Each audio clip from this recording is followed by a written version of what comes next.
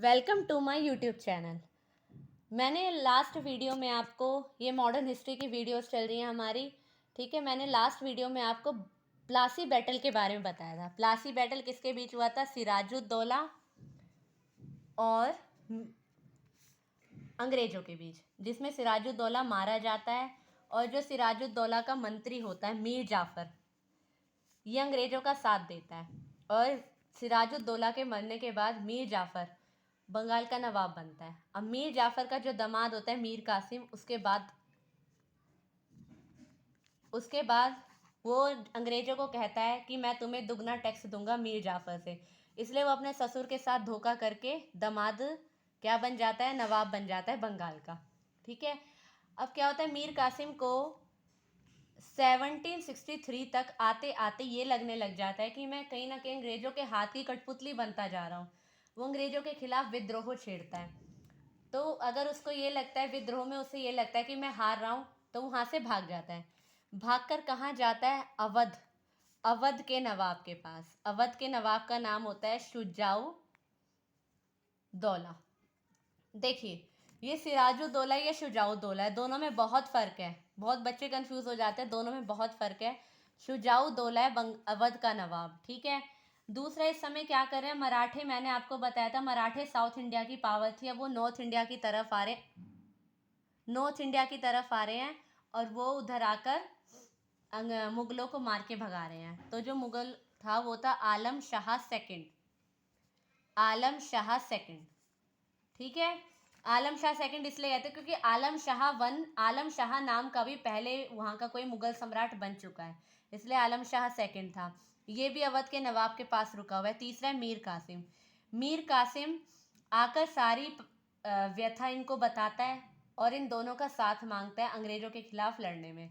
अब तीनों का अपना अपना फ़ायदा होता है। मीर कासिम ये सोचता है कि अगर मैं जीत जाता हूँ तो ये मेरी हेल्प करेंगे, मैं फिर बंगाल का नवाब बन जाऊँगा।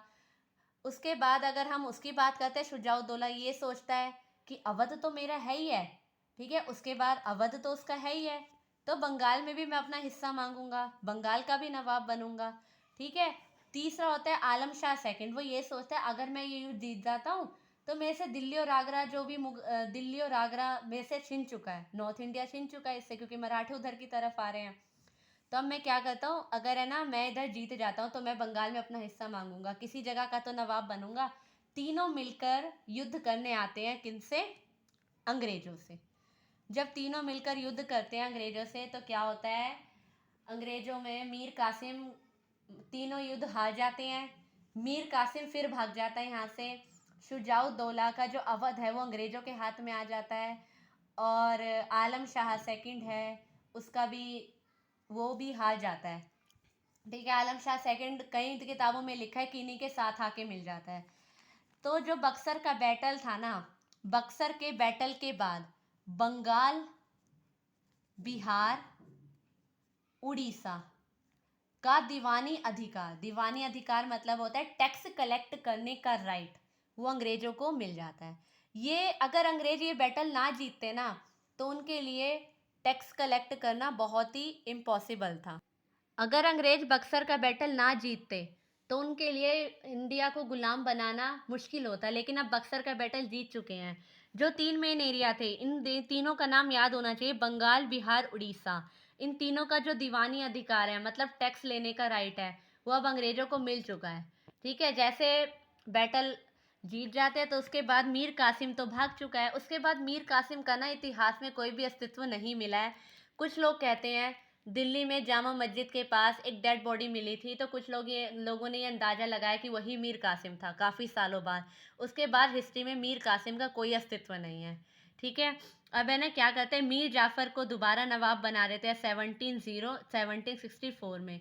मीर जाफ़र को दोबारा दामाद बना देते हैं। मीर जाफ़र कौन था? जो मीर कासिम का ससुर था, ठीक है। उसको नवाब बना देते हैं। मीर जाफ़र की मृत्यु हो जाती है तो 1765 में मीर जाफ़र का बेटा होता है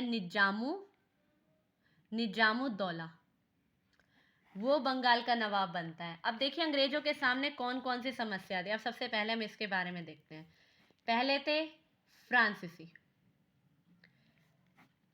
पुर्तगाली, मराठे,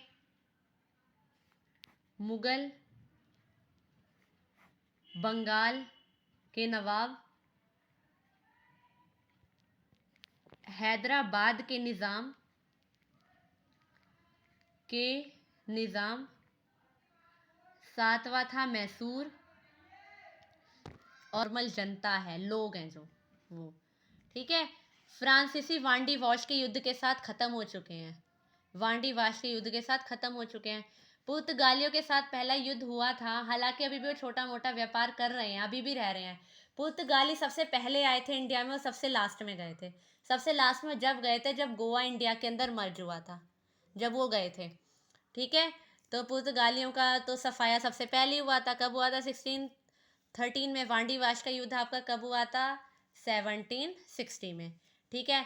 मराठे पे आ गए, मुगलों का अंत हो चुका है, मुगलों का अंत औरंगजेब की डेथ के बाद हो चुका है। जितने भी मुगल शासक है बहुत ज़्यादा वीक हैं, ठीक है। बंगाल के नवाब अब हो चुका है, बंगाल के नवाब का बक्सर के बैटल से हो जाता है, ठीक है। अब हम इन चारों पर आएंगे, मराठे। अब जो असली रोल है ना वो मराठों का है, ठीक है। मराठे कहाँ के थे? साउथ इंडिया की पावर थे, और मराठों का बहुत बड़ा अस्तित्व 1857 का बहुत बड़ा रिवोल्ट था, बहुत बड़ा रिवोल्ट था, उसमें देखने को मिलता है। इसके बाद मैं नेक्स्ट वीडियो में आपको बताऊंगी। धन्यवाद।